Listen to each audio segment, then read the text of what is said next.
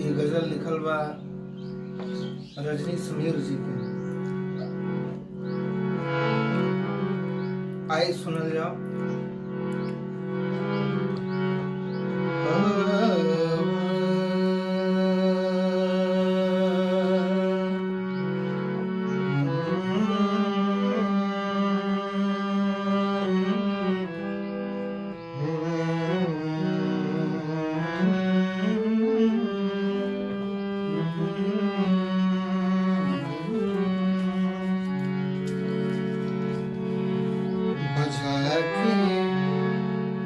बजा के छम से तू पायल,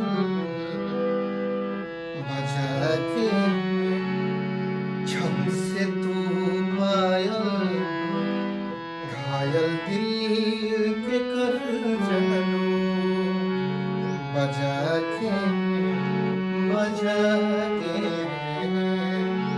बजा के छम से तू पायल, घायल दिल के कर जानू।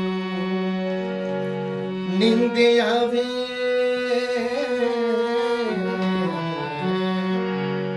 नींद आवे न अखियन में, नींद आवे न अखियन में, सपना में आँख चल जानू। बजा के बजा के बजा के छम से तू पायल, घायल दिल के कर जानू। बजा के छम से तू पायल, घायल दिल के कर जानू।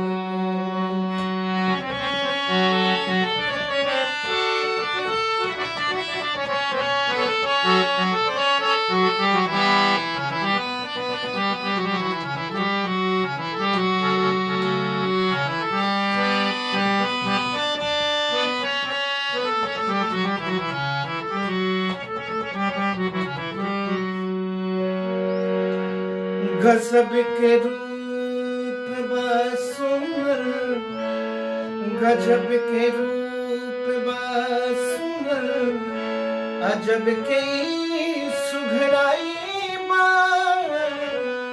गजब के रूप बा, गजब के रूप बा सुंदर, गजब के रूप बा सुंदर, अजब के सुघराई। धूप में भी चांद जैसन गोरी तोहार गोराई।